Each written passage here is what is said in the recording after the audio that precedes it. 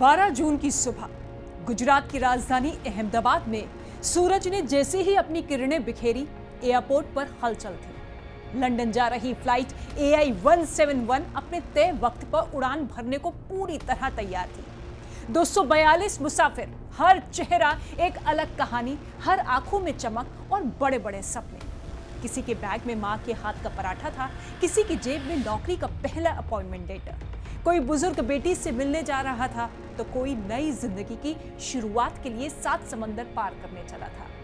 Boarding gate पर आंसू थे, हंसी थी, अलविदा के हाथ थे और मिलने की उम्मीद भी। फ्लाइट ने टेक ऑफ किया, लेकिन ऊंचाइयों को छूने के लिए जैसे ही विमान आसमान की तरफ बढ़ा, मानो विमान को निकलने के लिए साक्षात यमराज खड़े हो गए। कुछ ही मिनटों में हर तरफ आग की बड़ी बड़ी लपटें, धुएं का गुब्बार छा गया। AI-171 बोइंग 787 ड्रीमलाइनर, जिसे आधुनिक तकनीक का चमत्कार कहा जाता है, उसने तकनीक की चमक के पीछे मानव त्रासदी की सबसे काली तस्वीर छोड़ दी।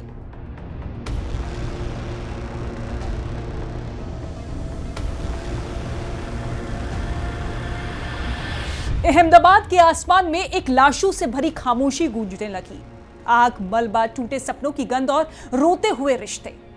242 में से सिर्फ एक मुसाफिर बच पाया, बाकी सिर्फ दर्दनाक यादों में रह गए। पायल खटी, सपनों की पहली उड़ान आखिरी बन गई।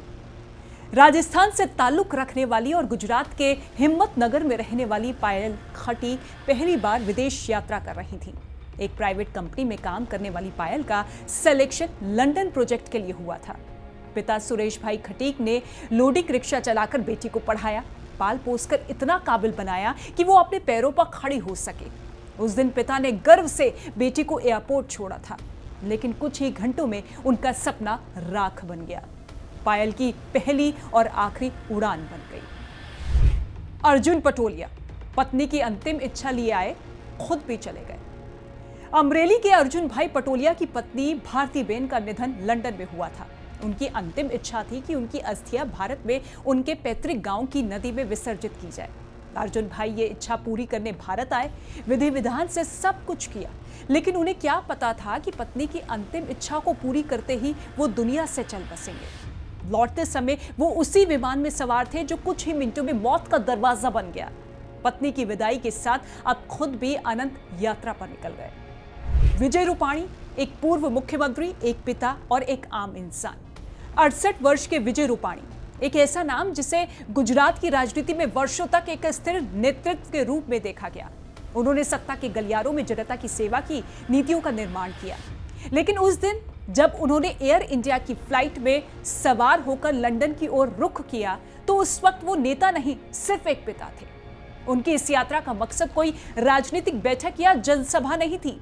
वो अपनी बेटी से मिलने जा रहे थे, शायद महीनों या सालों बाद। एक पिता जो अपनी व्यस्त दुनिया से कुछ दिन चुराकर उस बेटी के पास जाना चाहता था, जिसे उसने हाथों में खिलाया था, लेकिन तकदीर को कुछ और ही मंजूर था। वो विमान जो उन्हें बेटी के गले लगाने ले जा रहा था, उसी आसमान में जलकर राख हो गया। लॉरेंस डैनियल क्रिश्चियन, पिता की विदाई के बाद खुद की विदाई। लंदन से अहमदाबाद आए लॉरेंस डैनियल पिता के निधन की खबर सुनकर फौरन भारत लौटे थे। एक बेटा अपने पिता के अंतिम संस्कार में शामिल होने आया था। मन भारी था, आंखें नम थी और दिल में सिर्फ एक ही कसक थी कि काश ये वक्त थोड़ा और साथ दे देता। लेकिन उन्हें क्या पता था कि वो खुद भी अब लौटकर घर नहीं पहुंचेंगे। सीट नंबर 37 पर बैठे लॉरेंस की यात्रा अधूरी रह गई। डॉक्टर प्रदीप व्यास और परिवार, एक पूरा परिवार, एक आखिरी तस्वीर। बांसवाड़ा से लंदन लौट रहे डॉक्टर प्रदीप व्यास एक अनुभवी डॉक्टर, एक जिम्मेदार पिता और सपने देखने वाला इंसान। साथ ही उनकी पत्नी डॉक्टर कोनी व्यास और 3 बच्चे, जुड़वा बेटे प्रद्युत और नकुल और उनकी छोटी सी प्यारी बेटी मिराया। लंदन में उनका घर था, लेकिन भारत उनका वतन। इस बार जब लौट रहे थे तो सिर्फ वो 2 नहीं, पूरा परिवार जीवन की एक नई शुरुआत के लिए साथ था। नए मकान की बातें थी, स्कूल की योजनाएं थी, बच्चों के सपनों की उड़ान भी। फ्लाइट में चढ़ते ही उन्होंने एक सेल्फी ली, एक प्यारी सी तस्वीर। सब मुस्कुरा रहे थे, मानो जिंदगी बस अब और खूबसूरत होने वाली है। लेकिन किसे पता था कि वो मुस्कान उस परिवार की आखिरी मुस्कान थी। वो सेल्फी अब एक सबसे गहरी टीस पे तब्दील हो गई है। वो चेहरों की चमक अब राख और धुएं में ढकी याद बन गई है। खुशबू शादी के बाद पहली बार पति से मिलने जा रही थी। राजस्थान के बालूतरा की खुशबू एक नई दुल्हन, सपनों की गठरी और प्रेम भरी उम्मीदों के साथ शादी के बाद पहली बार अपने डॉक्टर पति के पास लंदन जा रही थी।